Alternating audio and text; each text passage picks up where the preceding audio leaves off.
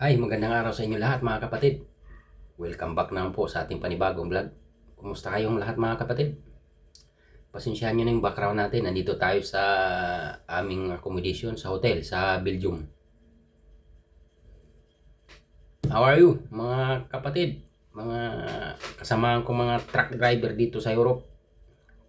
Kumusta tayo? Kape muna tayo. So habang weekend, papahinga tayo. Kasi nakalinya tayo rito sa biyahe natin. Ang biyahe natin ay Belgium to Germany. Lunes hanggang Biyernes, Germany back to Belgium. Pero yung pangarga ko, pa punta ng UK. Ako lang taga-unload.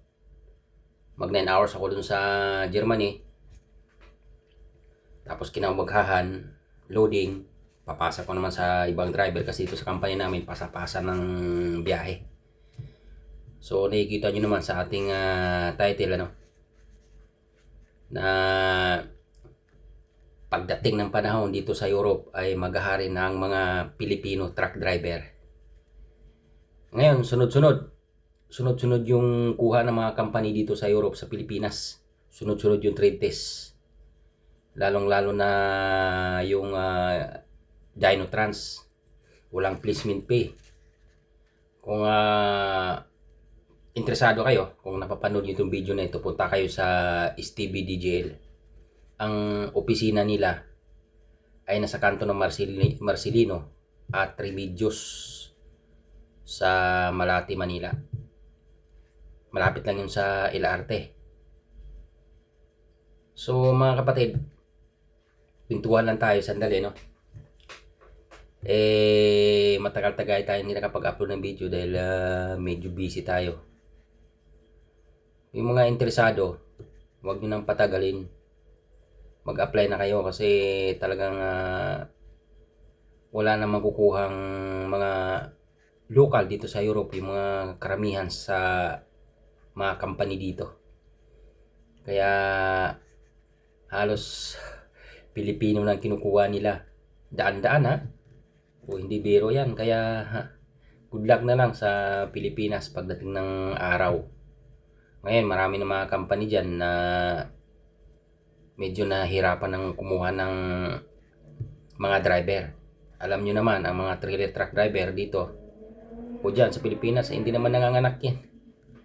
Hindi nanganganak yan. Kaya magkaubusan talaga yan. Kaya yung iba, mag-drive ngayon ng 10-wheeler dyan, mag-upgrade na kayo. Punta na kayo dito.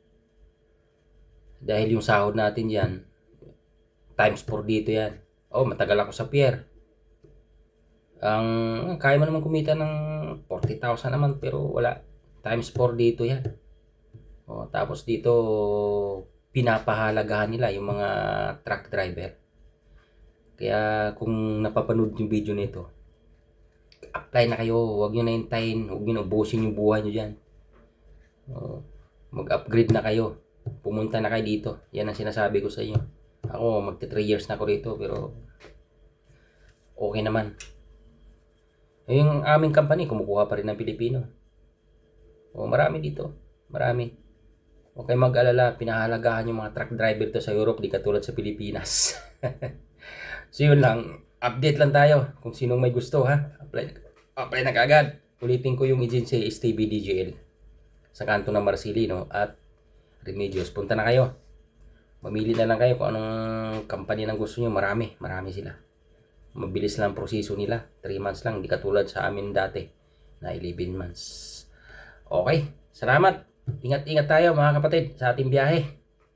Bye. See you sa ating dating pang mga video.